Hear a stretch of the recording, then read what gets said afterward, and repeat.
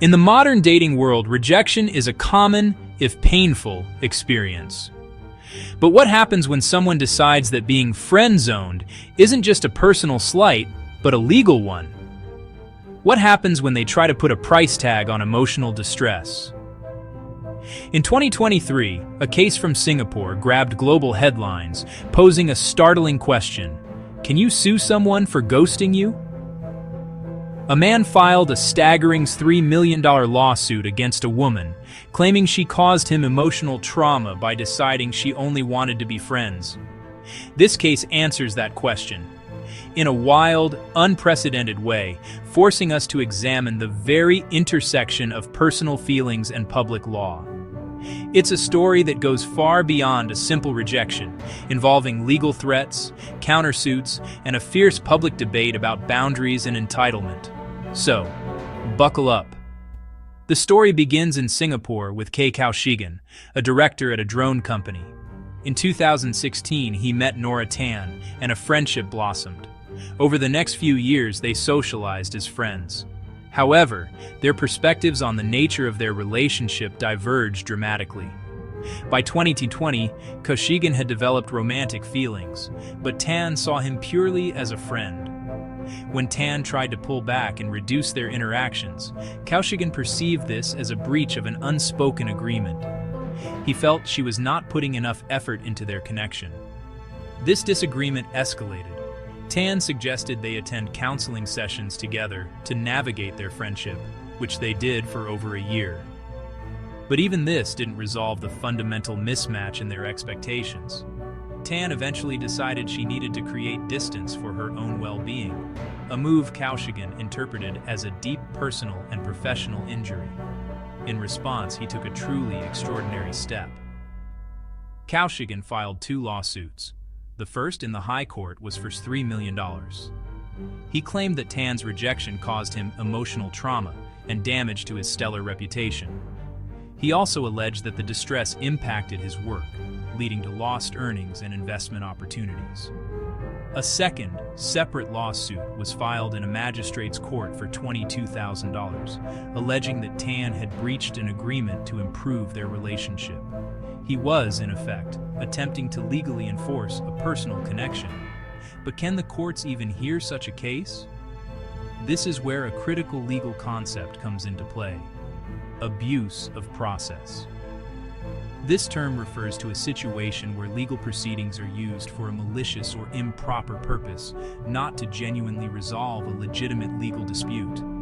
It's when someone uses the court system as a tool to vex, harass, or exert pressure on another person.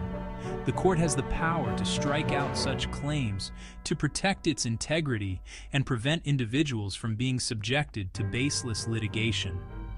Legally, ghosting or ending a personal relationship does not constitute a breach of contract or a recognized civil wrong. There is no duty of care to prevent emotional distress when ending a friendship or a potential romance.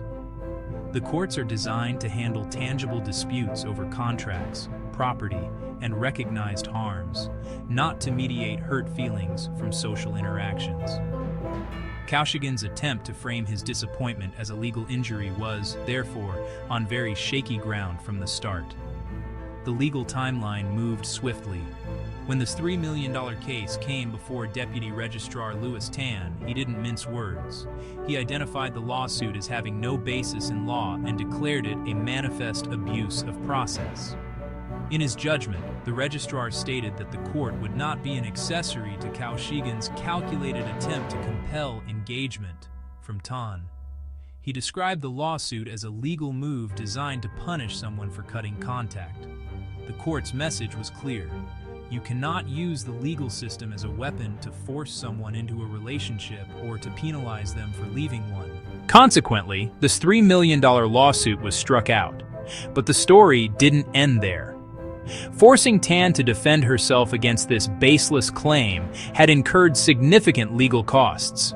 As a result, the court ordered Kaushigan to pay Tan's legal fees, which amounted to $14,000. His attempt to seek millions in damages had backfired, leaving him with a substantial bill. Meanwhile, Tan had her own claims. She filed a countersuit for the expenses she incurred due to what she described as harassment. This included approximately $480 for security equipment, like a digital door viewer and an alarm sensor, which she installed after feeling unsafe. She also sought around $1,000 to cover the costs of the therapy sessions she had undertaken to cope with the distress caused by the entire ordeal. Her countersuit highlighted the real, tangible costs of being targeted by such a lawsuit. The case quickly ignited a firestorm of public debate.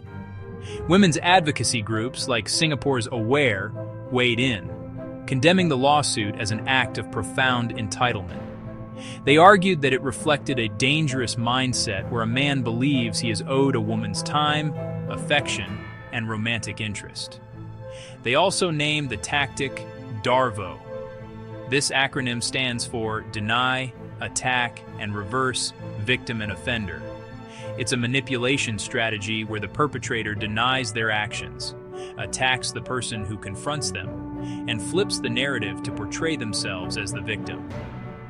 In this context, Kaushigan was seen as casting himself as the injured party, while Tan, who was simply trying to set boundaries, was framed as the one causing harm. This case forces a difficult but necessary conversation about the psychology of rejection and the ethics of persistence. There is a vast difference between respectfully expressing interest and refusing to accept no for an answer. Healthy relationships are built on mutual consent and respect for boundaries.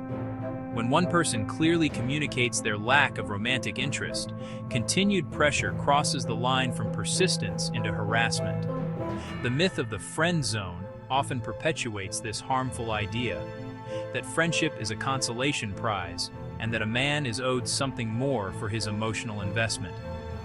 This case serves as a stark reminder that no one is entitled to another person's affection. So, what are the key lessons from this $3 million dating dilemma? First, it clarifies when a personal dispute becomes a legal matter. Hurt feelings, while valid, are not grounds for a lawsuit. The legal system is reserved for tangible, recognized harms. Second, it underscores the importance of documenting everything if you feel you are being harassed. Tan's ability to claim costs for security and therapy was based on the tangible impacts of the situation. Third, it demonstrates that courts are prepared to deter misuse of the legal process. The judge's decision to strike out the case and award costs to Tan sends a powerful message that frivolous and vexatious lawsuits will not be tolerated. This brings us to a final, crucial question. Can you ever sue for being ghosted? The answer, in almost every conceivable scenario, is no. The courts have consistently shown they will not intervene in the natural breakdown of personal relationships. However, if someone's behavior escalates from ghosting to stalking, defamation, or credible threats, then you may have legal recourse, but the claim would be based on those specific actions, not the rejection itself. If you ever find yourself in a situation involving harassment, the correct first step is to contact law enforcement or seek advice from a legal aid organization, not to file a lawsuit for emotional distress. Rejection stings. It's a universal human experience.